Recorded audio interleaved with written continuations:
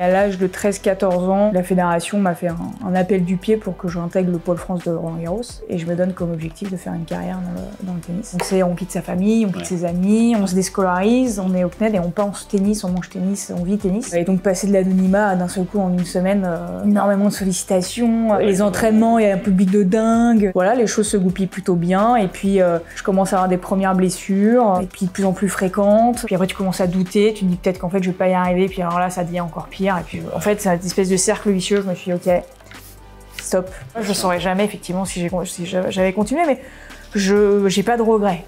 Bonjour à toutes et à tous et bienvenue sur Storytellers, le nouveau podcast de FastStory qui explore l'univers fascinant de l'expérience fan et du storytelling. Je suis votre hôte Jules Vigroux, marketing manager chez FastStory et je suis ravi de vous accueillir dans ce podcast passionnant où nous interrogeons des grands acteurs du sport business, du marketing et de la fan expérience en général. Alors, préparez-vous à être inspiré et à découvrir des histoires fascinantes avec nos invités dans Storytellers, le podcast de l'expérience fan de FastStory.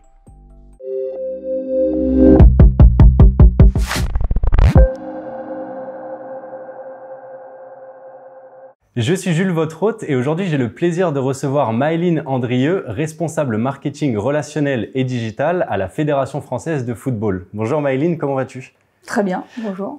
Merci beaucoup d'être là en tout cas et de nous faire le plaisir de participer à ce podcast. Merci pour l'invitation. Avec plaisir.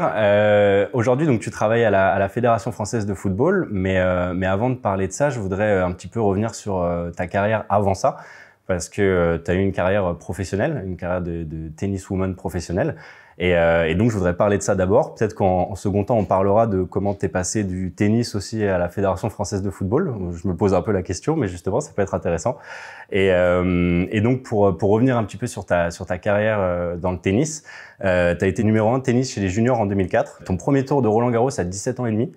Et en termes de classement, tu as été 19e française et 200e monde, donc des très beaux résultats. Et j'ai même eu le droit à un titre assez sympa qui est la numéro 1 du tennis angevin des années 2000. Ouais. J'ai trouvé ce titre assez sympa, ça doit être c'est flatteur, un petit magazine angevin. Parce que t'es d'Angers, c'est ça ? Exactement. Ok, d'accord, parce que j'ai trouvé ce petit article et j'ai trouvé que le titre était assez cool. Ouais. Et ce titre était assez cool, numéro 1 du tennis angevin des années 2000. Donc voilà, donc est-ce que tu pourrais nous en dire un petit peu plus sur cette carrière de tenniswoman que tu as eu C'était une première vie, j'ai l'impression que c'était il y a très très longtemps, mais moi j'avais des parents qui étaient très impliqués dans le club de tennis de mon village, on va dire. D'accord. Donc j'ai passé mes soirées et mes week-ends à jouer au mur pendant que mes parents géraient le club bénévolement. Et donc rapidement, de façon très naturelle, j'ai commencé à être repérée au niveau départemental, régional. Et puis au niveau de la fédération, j'aimais bien garder ma liberté pour faire plein d'autres sports, donc je ne faisais pas que du tennis pendant assez longtemps. D'accord. Et à l'âge de 13-14 ans, il était nécessaire de faire quand même pas mal de déplacements pour faire des tournois partout en France, et c'était compliqué de trouver un entraîneur qui pouvait se libérer. Donc la fédération m'a fait un appel du pied pour que j'intègre le pôle France de Roland-Garros. D'accord. C'est eux qui sont venus vers toi, d'accord. Ouais.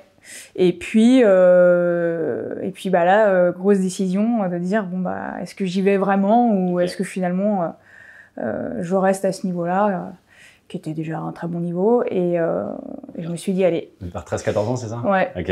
Et je me suis dit allez, je me lance et je me donne comme objectif de faire une carrière dans le tennis. Okay. Et donc je débarque à Roland-Garros à l'âge de 14 ans. Donc c'est un peu un gros changement parce que ça voulait dire déscolarisation et ça voulait dire cours par correspondance. D'accord. Et ça voulait surtout dire entraînement quotidien, 5-6 heures de sport par jour, et donc une exigence qui était quand même beaucoup plus importante qu'à l'époque ce que j'avais au sein chez moi, quoi. On passait sur un niveau professionnel beaucoup plus important. Et puis rapidement, en fait, j'explose. Je progresse très vite. Ouais. Je commence le circuit junior international. J'intègre le top 50 junior. Et puis Puis rapidement, début du circuit WTA, et puis je gagne mes premiers points. Tout ça va assez vite. Okay. Et jusqu'à effectivement un peu le Graal qui est mon premier tour à Roland-Garros où la fédération m'avait invité dans le tableau final. Ouais, ça devait être fou ça. Et c'était quand même des émotions j'imagine. Assez folles et puis l'impression de passer de l'anonymat parce qu'à l'époque j'étais quand même à part pour vraiment les acharnés du tennis pas du tout connus. Et donc passer de l'anonymat d'un seul coup en une semaine.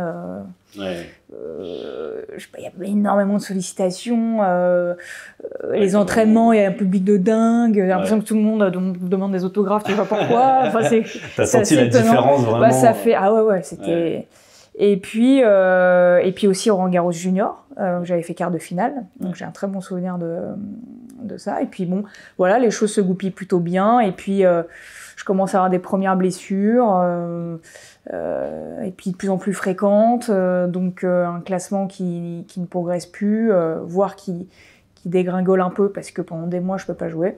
Et pourtant en gardant un rythme qui était quand même... qui était extrêmement intense, quoi. Bien sûr, donc, très intense. Donc je pense qu'à un moment donné, il y a une période où mon corps il a accumulé de l'effort avec on va dire une différence assez forte entre finalement les entraînements que je faisais à l'époque de façon un peu amateur et ce que j'ai mis en place avec la fédération. Et puis la sensation que trop plein, quoi. Mon corps n'arrivait plus à accepter cette dose d'entraînement. Et donc, ça a été pas de grosses blessures, mais des blessures à répétition, des déchirures, des problèmes au poignet, des tendinites, des entorses, bref. Ouais, on va revenir là-dessus. Et voilà. Mais bon, donc effectivement, c'est ma première vie où j'en garde un souvenir remarquable. Qui m'a fait gagner en maturité très vite. Et en fait, ce qui s'est passé aussi, c'est que donc moi j'ai intégré la fédération de l'âge de 14 ans à l'âge de 18-19 ans. D'accord. Et à l'âge de 18-19 ans, j'ai pris la décision de un peu prendre mon envol et créer ma propre structure. Donc avec mes entraîneurs et d'avoir un peu plus de poids, on va dire, dans les décisions sur ma programmation, etc. D'accord. Et donc là, c'est une véritable structure à monter, avec des financements à trouver, avec la gestion finalement de personnel, parce qu'ils sont pas salariés, mais des personnes que tu dois payer. Oui. Et donc, en fait, avec du recul, une pression quand même supplémentaire, qui n'a certainement pas été neutre aussi dans les blessures que j'ai pu avoir. Mais du coup, cette petite, on va dire, boîte à faire tourner, dont est l'actrice principale. Et donc c'était assez intéressant. Et puis en parallèle de toute cette carrière, les études, parce que je m'étais vraiment donné comme objectif de continuer mes études en parallèle. C'était un objectif clair et j'avais besoin de cet équilibre. Ça me rassurait fait de me dire au cas où j'ai toujours un bagage scolaire et donc je peux rebondir facilement. Et c'était dans quoi ces études? Et en fait, j'ai fait, donc quand je suis arrivée à la Fédération française au Pôle France de Roland-Garros, j'ai passé mon bac, parce que j'étais au collège, j'étais en 3e. Donc j'ai passé un bac ES, ça a été. D'accord. Ensuite, j'ai continué sur une licence, donc en correspondance. Et en fait, à l'époque, il n'y avait pas énormément de choix sur on va dire, des études post-bac, autre qu'un peu BTS, quoi. Donc aujourd'hui, je sais qu'il y a Dauphine qui propose des choses, il y a l'ESSEC, il y a Sciences Po, il y a pas mal avec la capacité pour les sportifs d'être vraiment flexibles sur le présentiel. Et j'aurais adoré avoir ces opportunités-là à l'époque, mais c'était pas le cas. Donc j'ai passé une licence un peu très générale sur tout ce qui est communication des entreprises. Et donc ça jusqu'à en fait j'ai pas perdu finalement d'années par rapport à un étudiant lambda. Et ce qui m'a permis effectivement, quand j'ai décidé d'arrêter ma carrière, de rebondir et de repartir à l'école. Comme n'importe quel étudiant. Ça a été une transition assez hard, mais c'est bien passé. Et voilà, donc voilà un peu ma première vie. Très bien. Une belle première vie en tout cas. Et justement, pendant cette première vie, c'était quoi un petit peu tes objectifs pour cette carrière professionnelle? Est-ce que tu avais vraiment ce grand rêve de devenir la meilleure tenniswoman? Est-ce que c'était un petit peu... Enfin voilà, c'était quoi tes objectifs à ce moment-là? En fait, quand je prends la décision effectivement d'intégrer le Pôle France, et donc avec tout ce que ça comporte, hein, donc on quitte sa famille, on quitte ses amis, on se déscolarise, on est au CNED et on pense tennis, on mange tennis, on vit tennis. Et ta famille, ils étaient en accord avec ça globalement, ouais. Okay. Mon choix était le leur. Ok, ce qui est cool. Et donc c'était vraiment, ça s'est fait de façon très... C'était naturel. Ouais, okay. Sereine. Ouais. Et là, je me suis dit, ok, mon objectif, c'est que ce soit mon métier. Okay. Pour que ce soit mon métier, il faut intégrer le top 100. Ouais. Et c'est un peu la barrière, l'objectif, le premier objectif que tout joueur se fixe, c'est-à-dire le top 100, quoi. C'est le truc un peu. Rentrer dans le top 100. Exactement. Donc ça, c'était mon objectif. Et puis après, je m'étais dit, moi, c'est un sport individuel, mais j'adore tout ce qui est championnat par équipe. J'adorais jouer quand même au sein d'une équipe. Et donc, je me suis dit, le Graal, c'est de pouvoir être sélectionné en Fed Cup, quoi. Ok, d'accord. Et donc de pouvoir faire des rencontres de Fed Cup et vivre ces émotions-là en équipe. Okay. Et donc c'était les deux rêves que j'avais avec Roland Garros, bien évidemment en tant que Français, qui restait dans un coin de ma tête. Mais en fait, finalement, avec les invitations que la fédération donne aux joueurs, on avait la possibilité de découvrir l'expérience Roland Garros sans pour autant être dans le top 100 ou être... en faire sa vie, quoi. Tu veux dire parce que vous étiez invité? Parce que oui, en fait, en tant qu'organisateur, ils ont un certain nombre d'invitations, et donc les jeunes espoirs profitent de ces invitations. Donc, moi, j'ai pu vivre Roland Garros alors que j'étais pas du tout dans le top 100 parce que j'étais une jeune espoir française. Donc, je l'ai vécu, mais j'aurais voulu jouer Roland Garros sans invitation. Ouais, bien sûr. Ouais, donc, je l'ai fait en qualif, mais je n'avais pas le classement pour le faire en tableau final. Donc, ça reste un regret, mais c'est comme ça. Ok, d'accord. Et tu me disais quand on s'est appelé un petit peu avant ce podcast que quelque chose qui t'avait, en tout cas des anecdotes qui te revenaient souvent, c'était sur les voyages. C'était quelque chose que tu avais beaucoup apprécié pendant cette carrière de joueuse. Est-ce que tu as une petite anecdote, quelque chose comme ça par rapport à, ou en tout cas qu'est-ce qui te plaît dans ce côté-là voyage? Alors effectivement, globalement sur 52 semaines. Je voyageais quand j'étais pas blessée, mais je voyageais quasiment 35 semaines par an. Ouais, c'est ça, c'est énorme. Donc c'était énorme. Alors des fois, il y avait des voyages, j'essayais de rester. On a la chance en France d'avoir quand même beaucoup de tournois, notamment sur le circuit secondaire, qui sont sur le territoire français. Donc ça me permettait d'éviter déjà des frais et puis de rester, d'éviter des longs trajets et tout. Donc cette partie voyage, elle fait partie intégrante de la carrière d'un sportif, en tout cas là dans le tennis, nous on voyage énormément. Et effectivement, alors j'ai pu découvrir plein de pays, mais finalement on les découvre très peu parce que on est tellement focus sur le tournoi, sur la préparation, et puis une fois perdu, hop, on s'envole pour un autre tournoi, et ça enchaîne.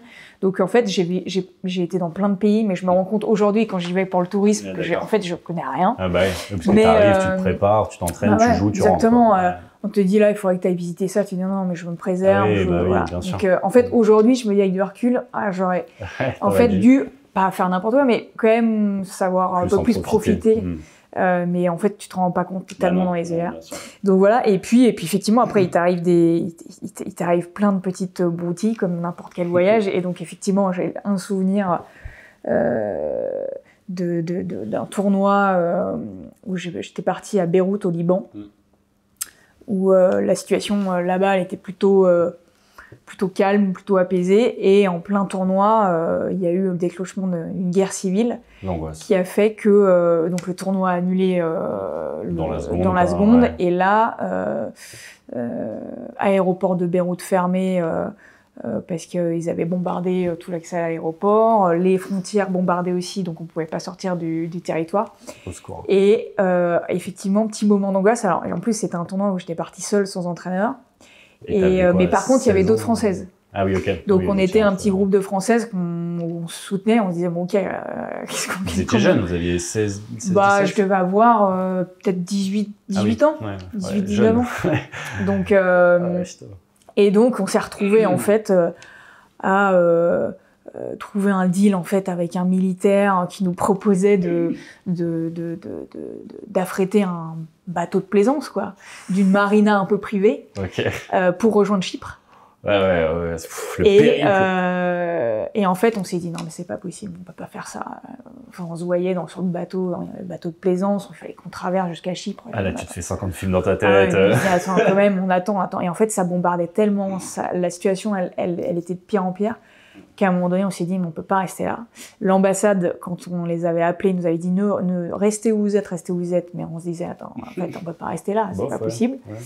Et donc, on a décidé de faire confiance à ce militaire et bien évidemment sous petit billet qu'il nous a demandé, on s'est effectivement, on est parti dans la nuit dans cette marina pour partir comme je me souviens des voleuses dans ce bateau sans lumière parce qu'il fallait que personne nous voie, etc. Et franchement, et donc on est arrivé, tout s'est bien passé. Heureusement. Et ça reste un moment quand même incroyable. Et on a tout ce groupe-là, des vidéos et des photos.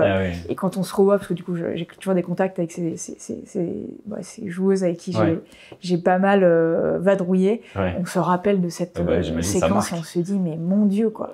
Mais mon Dieu. Oh l'angoisse. Donc voilà, c'est une anecdote parmi tant d'autres, mais celle-là, je me souviens comme si c'était hier. Ouais, elle est pas mal quand même. Elle est assez. C'était le début de guerre civile en soi là-bas. Exactement. C'était pas fallait pas être à cet endroit-là à ce moment-là, quoi. Mais vous en êtes bien tiré. En tout cas, vous avez de la chance de tomber sur ce militaire. Et intéressant en tout cas pour revenir à ta carrière, donc à la fin de cette carrière professionnelle, avant de faire la transition vers ta deuxième. Donc, tu as eu de nombreuses blessures. Justement, moi, je me demandais si tu avais eu une seule blessure, comme ça peut arriver, avoir une blessure qui est irréparable. Comment on prend une décision pareille? Est-ce que vraiment ça a été quelque chose médical où on t'a dit là, tu peux plus continuer parce que vraiment toutes ces blessures-là, voilà. Est-ce que c'est plus toi? Est-ce que c'est un mélange des deux? Comment on arrive à prendre cette décision-là? Alors là, pour le coup, sur mon cas, c'était vraiment une décision personnelle parce que le médical, eux, ils restaient... comment dire, ils essayaient de trouver des solutions, ils essayaient de comprendre, et il n'y avait pas de... Enfin, il n'y a pas eu de grosses blessures voilà, où effectivement, à un moment donné, on te dit, bon, non, bah là, en fait, tu ne pourras plus jamais jouer, c'est pas possible. En fait, ça s'est fait petit à petit. Enfin, ma réflexion, en tout cas, l'idée de me dire, bon, bah, peut-être qu'il va falloir que j'envisage autre chose. En fait, à partir de 18-19 ans, je commence vraiment à enchaîner les blessures et pas réussir à faire des saisons complètes. D'accord. Et en fait, ce qui se passe sur le circuit, c'est que chaque année, en fait, tu gagnes des points et tous les ans, tu dois défendre les points que tu as gagnés l'année d'avant sur la même semaine. Et donc, ce qui se passait, c'est que je gagnais des points. L'année d'après, j'étais blessée, je perdais mes points, donc je perdais mon classement. Je recommençais les tout petits tournois. Et il faut savoir que les petits tournois, c'est la guerre, quoi. Ouais, enfin, il y a plein de petits jeunes, le pays de l'Est, ça joue très bien. C'est assez compliqué et ils gagnent très peu de points. Donc, c'est en fait cette période, enfin, ce circuit, on va dire, même pas secondaire, c'est on va dire, les premiers tournois que tu fais sont les plus, pour moi, les plus durs, quoi. Les conditions sont compliquées, ça triche, enfin voilà, tout est. Et tu te retrouves avec des petites jeunes qui jouent super bien, qui commencent et donc bon, plusieurs saisons, je me retrouve à dégringoler, à repartir sur ces tournois, à grappiller des points, à me reblesser, à repartir sur ces tournois, à grappiller des points. Et en fait, bon, tu fais le job une fois. Déjà mentalement, c'est quand même un peu de revenir sur ces tournois. Tu te dis bon allez, ok, je fais l'effort. Vas-y. Commencer à zéro presque. Je l'ai refait une fois, puis ça revient 2 fois, puis en fait à un moment donné, même mentalement, je me suis dit mais j'ai même plus la force. De le faire. Et puis le fait d'avoir ces blessures à répétition, mine de rien, voilà, tu dois repartir dans ta rééduque, tu dois repartir dans tes phases d'entraînement pour retrouver une forme physique avant de repartir. Le process, il est quand même assez long. Et en fait, petit à petit, je me suis dit, mais... Alors, au début, je me suis dit, ok, le corps et tout. Puis après, je me suis dit, mais en fait, même la tête... J'ai plus le... Je sais pas, j'ai plus l'envie, quoi. Puis après, tu commences à douter. Tu te dis peut-être qu'en fait, je vais pas y arriver. Puis alors là, ça devient encore pire. Et puis, en fait, c'est une espèce de cercle vicieux. Je me suis dit, ok, stop. J'arrête. Mais dans le milieu, tout le monde a halluciné. Parce qu'en fait, j'avais 21 ans, donc ils te disent, mais attends, mais une carrière, aujourd'hui, ça se finit à 35 ans. Tu vas t'en remettre. T'as le temps. Et en fait, je leur ai dit, mais mentalement, j'ai plus la foi, quoi. J'ai plus la foi, je je suis plus sûre d'y arriver, ou en tout cas je suis plus sûre d'être capable. C'est une perte de confiance aussi, Exactement. etc. Ouais, forcément. Et donc, et puis je venais d'avoir ma licence, et puis en fait je me suis dit, bah c'est triste, mais en fait je préfère. J'avais peur en fait de végéter, d'être là et d'être un peu aigri, enfin de me dire attends en fait. Donc je me suis dit en fait c'est le moment. Voilà, prends ton envol ailleurs, c'est pas grave. C'est une déception parce que t'as pas réussi à atteindre les objectifs que tu t'étais fixé, mais il y a plein de bons souvenirs et hop tu rebondis, c'est pas grave quoi. Et donc même s'il y en a plein qui ont essayé de me convaincre de continuer de persévérer, j'ai décidé, enfin quand j'avais décidé en fait dans ma tête, je me suis dit mais en fait non. Après c'est beau qu'il y ait des personnes qui essaient quand même de te retenir et qui essaient de te redonner cette flamme-là, cette envie. Parce que là maintenant je revois aussi régulièrement, parce que j'ai toujours des contacts dans le tennis, et je revois mes précédents entraîneurs qui me disent mais quel gâchis, comment t'as pu arrêter si tôt. Et parce que en fait ce qui se passe c'est qu'aujourd'hui je vois des joueuses avec qui que je rencontrais souvent dans les tournois qui sont top 10, top 20, enfin voilà, qui sont... Donc ils arrêtent pas de me dire, mais t'imagines, t'aurais peut-être pu être là. Mais je dis, mais ouais, mais en fait avec des filles, bien sûr, bien sûr. Moi c'est toi avant tout aussi. Ouais, c'est ça.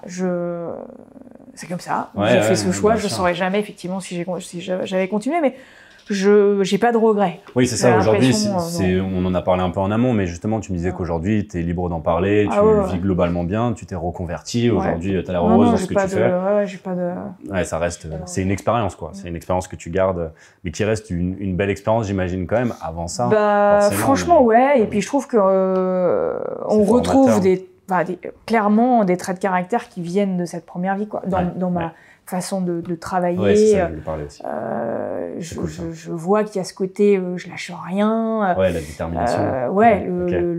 Le côté même implication. Enfin, je veux dire, aujourd'hui, je bosse. Enfin, j'ai monté une société, mais le reste de mon expérience, c'est en tant que salarié, mais je m'implique comme si c'était ma propre boîte, quoi. Ouais, d'accord. Et même dans le côté, je vais au bout. Enfin voilà, j'aime bien aller au bout des choses. Je veux que les choses soient le plus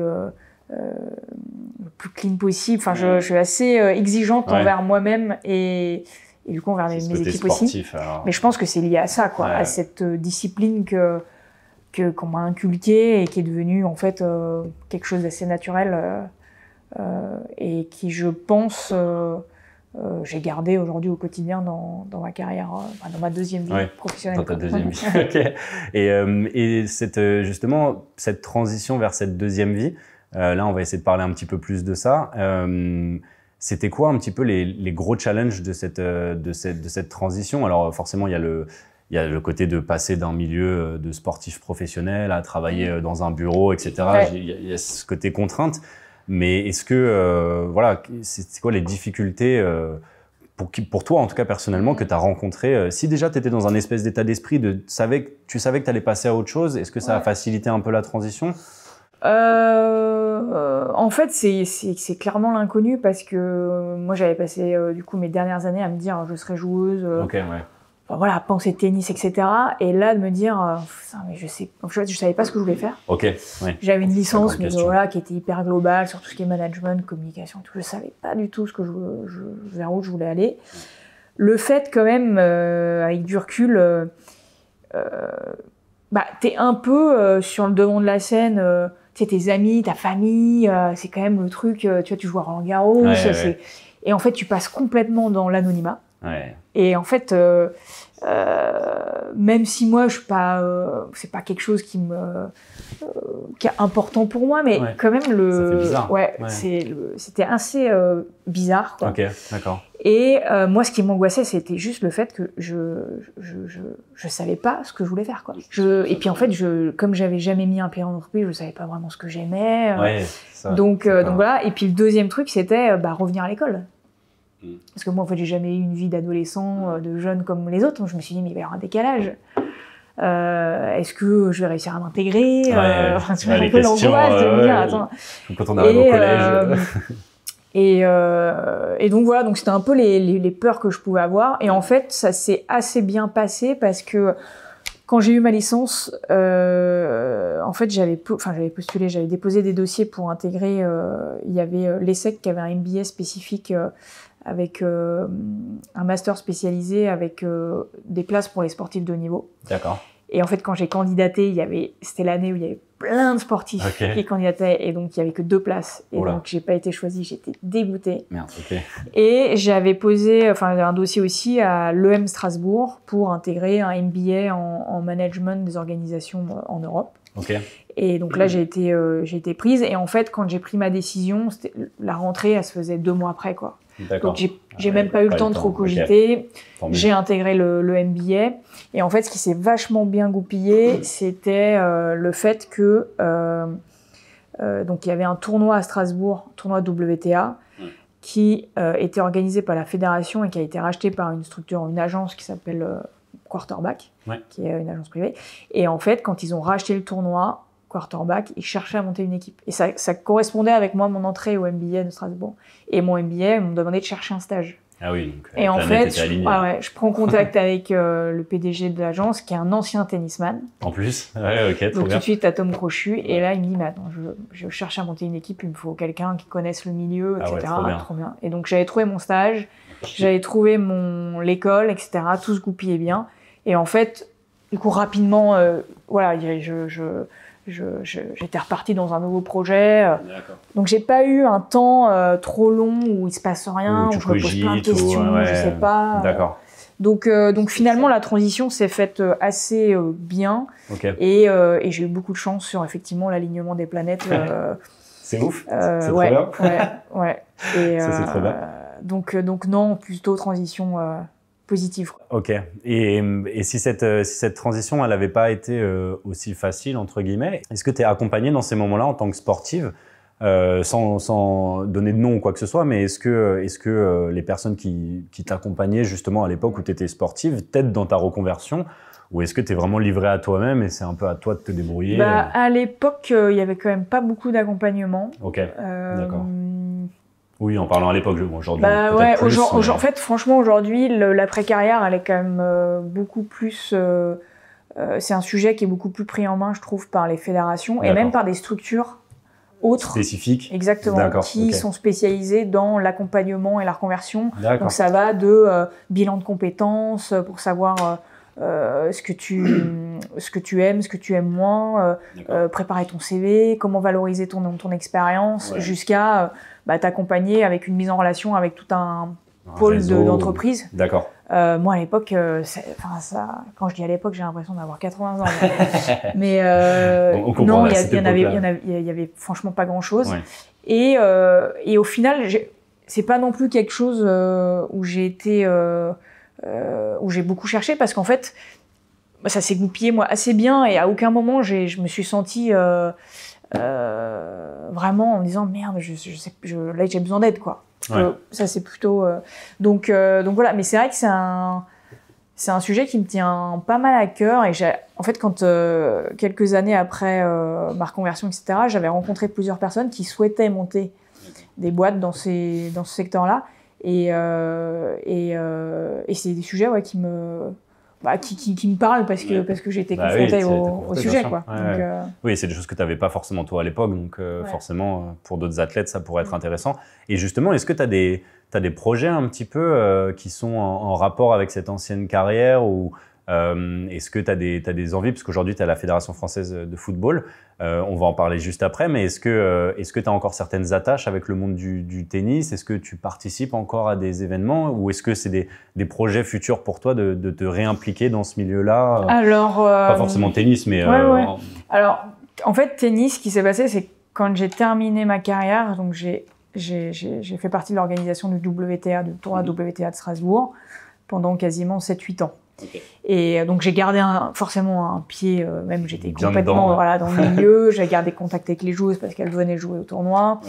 J'allais dans certains tournois parce qu'il fallait que je regarde un peu l'organisation, etc. Donc clairement j'étais, on va dire, de l'autre côté du décor, mais toujours dans le tennis. Et en fait, j'avais un besoin de m'éloigner de ce milieu-là, parce que j'avais envie de découvrir autre chose, quoi. D'accord, ok.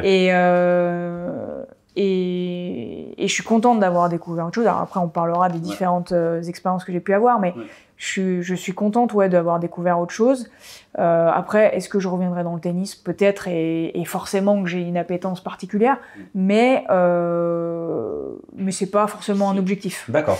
Et après, est-ce que je garde encore des contacts? Oui, avec plein d'anciennes joueuses. Ouais. Tu vas toujours aux grands événements quand même? Tu vas Roland-Garros, tout ça? Alors, Roland-Garros, ça fait 2-3 ans que je suis pas allée. Ah. Mais oui, je garde contact avec plein de joueuses de mon époque, et puis je regarde beaucoup les résultats. Oui, tu suis toujours piqué quand même par ce sport. D'accord. Même si t'es plus dedans. Mais je ne joue plus. D'accord. Plus du tout. Même plus pour le plaisir. Très rarement quand on me demande, vas-y, fais-moi jouer. Je joue un peu, mais en fait, je suis tellement frustrée de voir comment je joue aujourd'hui. En fait, je ressors énervée, frustrée. Ah oui, d'accord, tu t'en veux avec toi-même en mode merde, j'ai plus le niveau, quoi. Ah ouais, je dis non, mais là, c'est ridicule. Ah oui, d'accord. Donc c'est pas un vrai plaisir, quoi. D'accord. Mais par contre, oui, je regarde beaucoup de matchs, j'adore ça. Toujours passionnée, autant à ce niveau-là, quoi. Plus en tant que joueuse, mais en tant que spectatrice, quoi. Exactement. D'accord. Et pour parler de cette transition, maintenant que la transition est faite, donc tu travailles à la Fédération française de football. Tu as eu d'autres expériences, donc tu as eu la partie avec quarterback. Exactement. Et après, ça a été la Fédération française de football directement. Tu as eu quelques petites autres expériences. Donc non, je suis restée chez quarterback pendant quasiment 7-8 ans. Ouais. Principalement sur le WTA de Strasbourg, mais on avait développé d'autres événements pour lesquels j'avais pris la direction. Donc c'était tennis. Exactement. Tennis. Et ensuite, comme je disais tout à l'heure, j'avais vraiment envie de découvrir autre chose que l'organisation, ou en tout cas l'écosystème tennis. Et je m'étais dit, je veux découvrir les problématiques de plein d'autres secteurs. Et en fait, j'avais fait le choix de intégrer un cabinet de conseil. Qui avait une entité spécialisée dans tout ce qui était ayant droit sportif, entertainment, donc tout ce qui va être salle de concert, théâtre, salle de spectacle, etc. Et en fait, je me suis dit, non mais le conseil est génial parce que je vais pouvoir avoir plein de missions avec des enjeux différents, dans des secteurs d'activité différents. Et là, ça va pouvoir me donner un scope assez large des problématiques de ces différents secteurs d'activité, et donc j'intervenais sur des missions autour de l'expérience fan, le digital, donc la dématérialisation de billetterie pour le salon de l'auto, c'était un sujet énorme. Il y avait à l'époque des sujets aussi RGPD, donc, qui venaient de rentrer en ligne de mire, donc la LNR, je les avais accompagnés sur toute la mise en conformité. Ça pouvait être sur toute l'exploitation des données. Comment on se crée une base de données, comment on l'exploite, comment on la qualifie, comment on en fait un actif. Et donc, j'ai pu accompagner donc le Salon de l'Auto, la Ligue nationale de rugby, l'AS Saint-Étienne, il y avait le Château de Versailles, la Villette. Donc, c'était assez vaste et j'ai adoré. D'accord, et donc, ça a été une expérience assez courte, 1 an et demi, parce que il y avait une opportunité à la Fédé, on m'a fait un appel du pied et je me suis dit, quand ils m'ont présenté le projet en me disant, voilà, en fait, l'idée, c'était, on a 3 périmètres, le digital, la data et le CRM. On cherche quelqu'un assez transverse pour chapeauter ce périmètre-là, avec des enjeux assez forts qui étaient de dire, en fait, aujourd'hui, on a énormément de données, mais il faut construire un data lake pour qu'on centralise toutes ces données-là, qu'on les maîtrise et qu'on puisse les exploiter. À travers un CRM performant, et on veut que sur la partie digitale, on puisse remettre un peu à niveau toute la partie expérientielle autour des licenciés et des fans, et donc pour ça il nous faut quelqu'un, quoi. Et tout ça avec un enjeu assez fort autour des partenaires et de la renégociation, pour que ça soit des assets qui puissent être valorisés auprès de nos partenaires. Et en fait, je me suis dit, c'est quand même compliqué, même si j'étais j'adorais le rôle de consultante, compliqué de ne pas saisir cette opportunité. Et donc, j'ai décidé de rejoindre la Fédération française de foot, que j'ai intégrée en janvier 2019. D'accord. Donc, ça fait un peu plus de 4 ans, sur ce périmètre-là. Et là, au bout de 4 ans, il y a énormément de choses qui ont été faites, effectivement, sur la partie data, je pense qu'on est une des fédérations les plus avancées sur cette partie-là. Sur la partie CRM, on était déjà assez mature, mais c'est un levier qu'on maîtrise bien et qui est un vecteur de business pour la fédération et pour les partenaires qui est assez important. Et sur la partie digitale, on a effectivement lancé pas mal de projets pour proposer une expérience assez quali auprès de nos différentes grandes cibles, notamment les licenciés qui sont notre cœur de cible, mais aussi nos fans des équipes de France, qui sont des profils un peu différents, qui sont nombreux, et comment dire, avec des compétitions mondiales, enfin internationales, qui viennent aussi, comment dire, structurer un peu les gros temps forts, et pendant lesquels on peut les activer et il faut les mobiliser. Donc en fait, sujet passionnant. Et puis dans la plus grosse fédération sportive de France, donc avec des moyens qui sont intéressants et des grosses ambitions. Donc c'est top. Trop bien. Je m'éclate. Ça se voit en tout cas, t'as l'air, c'est trop bien. C'est une belle transition en vrai, parce que c'est pas toujours facile forcément, j'imagine, pour un sportif ou une sportive de se reconvertir ou quoi que ce soit, mais d'en plus être autant épanoui dans un sport comme ça, c'est assez... ça donne envie en tout cas, c'est cool. Et tu sais que nous, chez Fast Story, on parle beaucoup de fan expérience.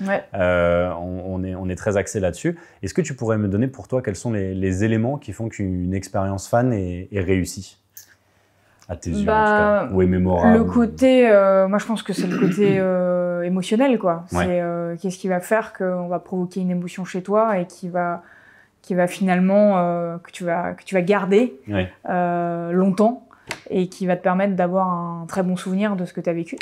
Donc pour moi, l'émotion est au cœur de ce qu'on va proposer. Alors ça peut être une émotion au stade, mais ça peut être une émotion complètement décorrélée d'une expérience au stade.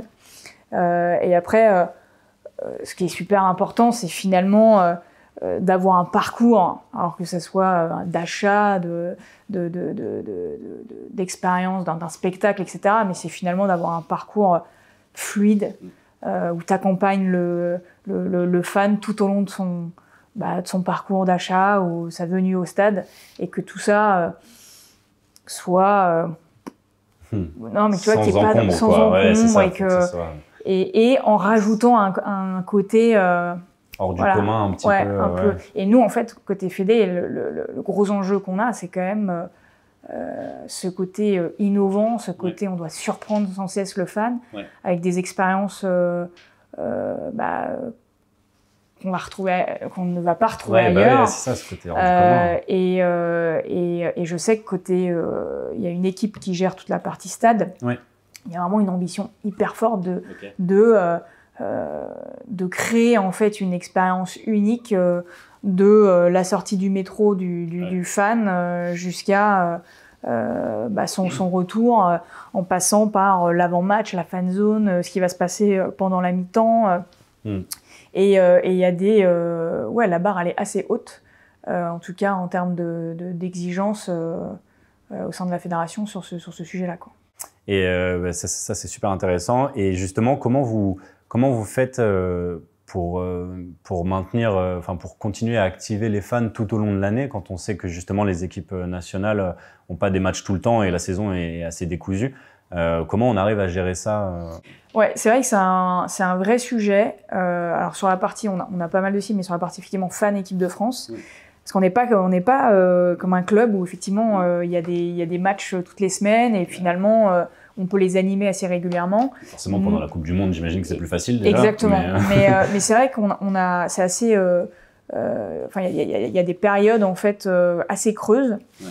Et alors aujourd'hui, nous on travaille, donc forcément quand il y a des rassemblements équipe de France, que ce soit les A, les féminines, les espoirs, on a activé tout un tas d'assets, en fait, de leviers pour activer cette base de fans et aussi les qualifier. Parce qu'on a quand même un enjeu de savoir qu'est-ce qu'ils aiment, est-ce qu'ils suivent l'équipe de France tout le temps ou uniquement sur les grosses compétitions, pour ajuster aussi la façon dont on va s'adresser à eux.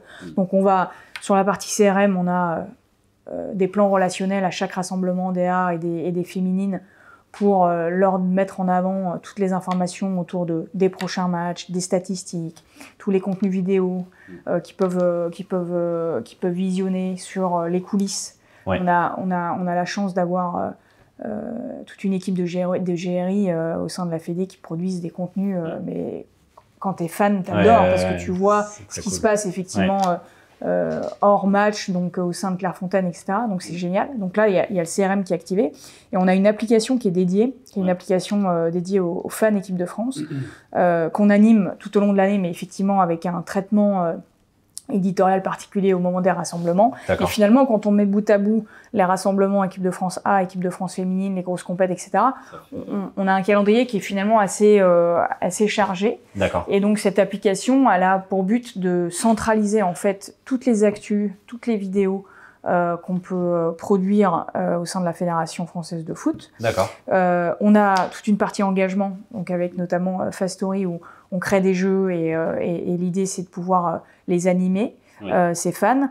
Une notion aussi de prono avant chaque match, de quiz qu'on génère pour faire aussi connaître les statistiques de l'équipe de France, des adversaires, etc.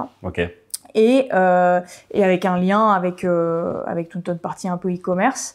Et on a rajouté il y a peu un module un peu spectateur pour permettre aussi aux fans qui se rendent au stade de pouvoir les accompagner dans leur venue à travers toutes les informations pratiques autour des stades, où est-ce qu'ils vont pouvoir trouver la fan zone, les animations, toutes les informations pratiques qu'on peut retrouver autour du match. Et c'est quelque chose de très complet quand même. Ouais, donc en fait les fans aujourd'hui, en fait nous on a plusieurs enjeux, c'est les capter.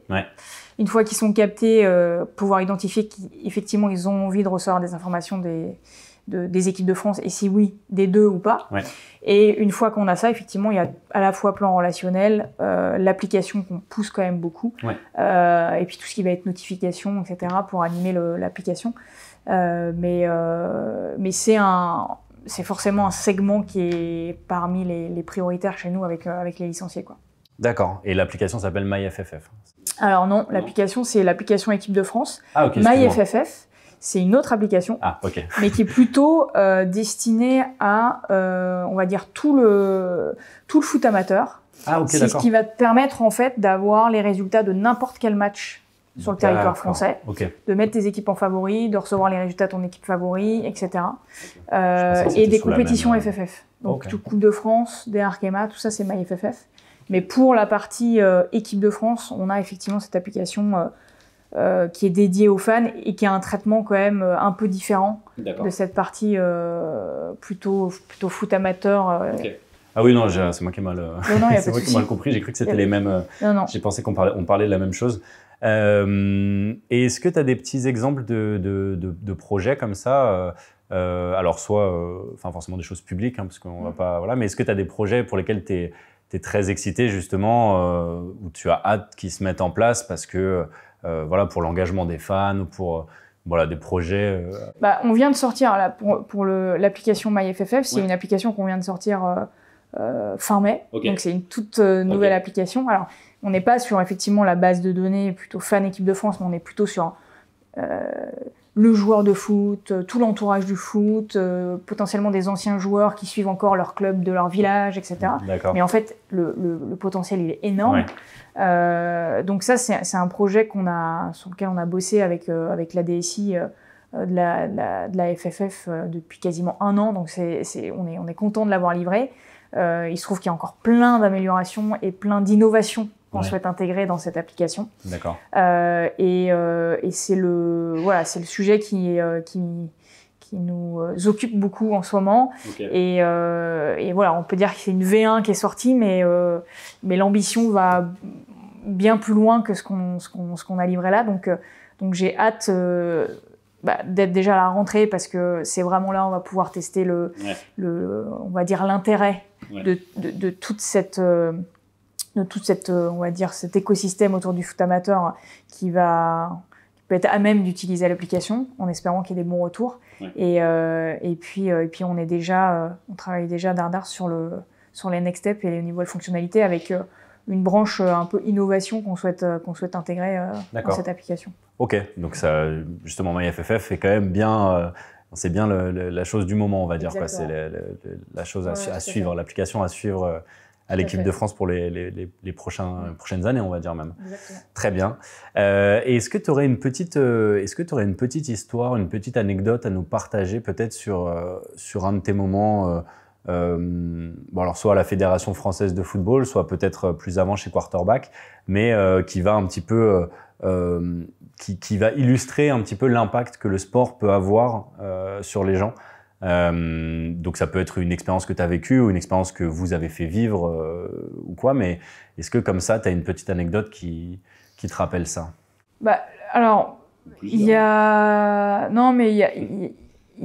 je trouve qu'il y a un truc qu'on fait nous au sein de la Fédération française de foot, et à chaque fois les retours sont incroyables et on se dit waouh, quand même le sport c'est un vecteur d'émotion. C'est exactement ça. On a un club des supporters qui permet en fait vraiment aux fans, aux très gros fans des équipes de France de pouvoir s'abonner, adhérer au club des supporters, et ça leur permet en fait d'accéder à la tribune des supporters, puisque finalement aujourd'hui à chaque fois que l'équipe de France joue à domicile, il y a une tribune des supporters où il y a toute une ambiance particulière grâce aux assos de supporters et aux abonnés, et ils ont aussi accès à des opérations Money Can Buy. Okay. Et dans ces opérations un peu Money Can Buy, il y a notamment lors des rassemblements d'équipe de France A la possibilité d'assister à des entraînements, un entraînement avec l'équipe de France, cool. D'avoir une séance d'autographe, et même pour les jeunes, donc parce que dans le club des supporters, il y a une partie junior et une partie adulte.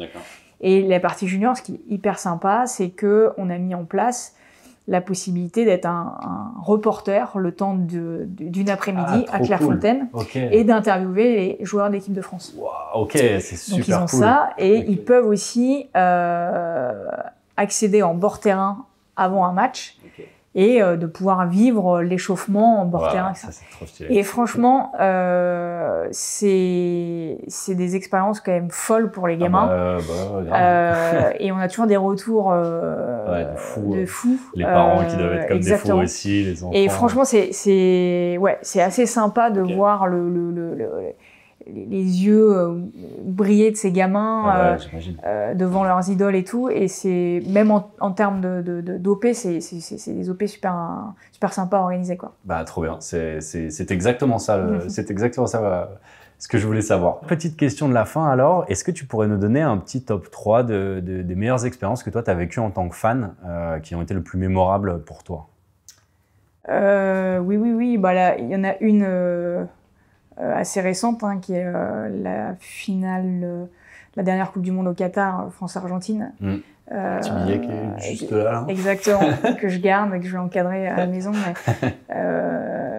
Mais, c'était une expérience. Alors l'issue n'a pas été celle qu'on imaginait, mais c'est une expérience que j'ai pu vivre avec tous les collaborateurs de la Fédération française de foot, donc franchement, expérience dingue. Tout le monde a été invité. Exactement.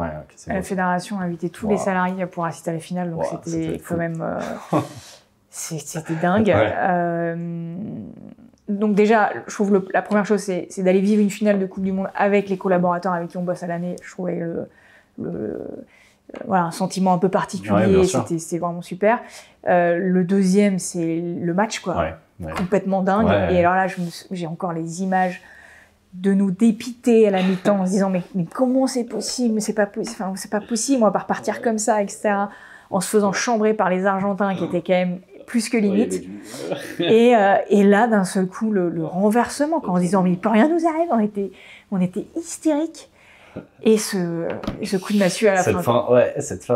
Donc ça, franchement, ça restera un moment dingue où tu te dis quand même le sport. Je pense que beaucoup de Français ce jour-là, même qui sont pas très fans de foot, ont dû. Alors en plus le vivre là-bas au stade. Donc là, ça a été vraiment une belle expérience. Et ce qui est marrant, excuse-moi, je te coupe pendant cette expérience, mais ce qui est assez marrant, c'est que justement, c'est une expérience qui aurait pu mal se passer parce qu'on a perdu, mais qui au final, de par l'ambiance, de par ce que tu as vécu, de par toute l'émotion et tout, au final, tu le classes comme une de tes plus belles expériences. Donc c'est assez parce qu'en fait, avec du recul, on se dit, mais le match, il est historique. On a vécu Et en fait, même à la fin du match, honnêtement, tout de suite, à chaud, là, on va dire dans les minutes qui suivent, là, on est vraiment dépité, quoi. Ouais, et là, facile. Et en fait, après, on repartait tout de suite, on allait à l'aéroport et on a cessé de ressasser le match, d'échanger entre nous et tout. Et on s'est dit, mais ce qu'on a vécu, c'est fabuleux, quoi. D'accord. Donc j'en garde quand même une belle expérience. Et en fait, ce qui est super frustrant, c'est que y a des collaborateurs qui ont vécu la finale en Russie. Ouais. Et donc ils comparent à chaque fois en disant et là c'est sûr qu'avec la victoire etc l'après-match est différent mais pas de enfin oui je le classe encore comme un comme un top c'est bête que c'est arrivé un an en retard exactement. À la je suis arrivée fédération 6 mois après 6 mois après les boules quand même mais j'avoue que j'aurais la Russie là ça devait être sympa aussi donc ça c'est effectivement expérience qui est assez récente que je qui restera gravé. Et en fait, j'en ai vécu une autre, mais qui date d'il y a un petit moment. Mais ça m'a marqué parce qu'en fait, je commençais à travailler dans l'événementiel chez Quarterback. J'étais à Miami pour des congés et j'ai été voir un match des Dolphins, donc de foot américain. Et là, je me suis dit, waouh, on est dans une autre dimension. Tu vois, moi, je commençais dans ce milieu-là. Moi, j'avais une expérience juste en tant que joueuse parce que j'ai participé à des tournois. Mais là, la taille du stade, c'était un truc de dingue. Ils étaient sold out. Les gens, ils étaient là depuis des heures. Les animations, il y en avait partout. Enfin, je me suis dit, mais c'est quoi ce... À l'américaine. Voilà. Et là, j'ai pris une claque en me disant, mais comment c'est possible parce que moi, je suis assez fan de sport et pour le coup, j'avais été quand même voir les matchs de foot et tout en France, quoi. Et là, je me suis dit, mais rien à voir. Et je suis rentrée, vraiment la claque fallait s'en remettre, quoi. Ouais. Non, mais là, en me disant, mais il y a un monde d'écart entre. Ouais, on est en retard presque.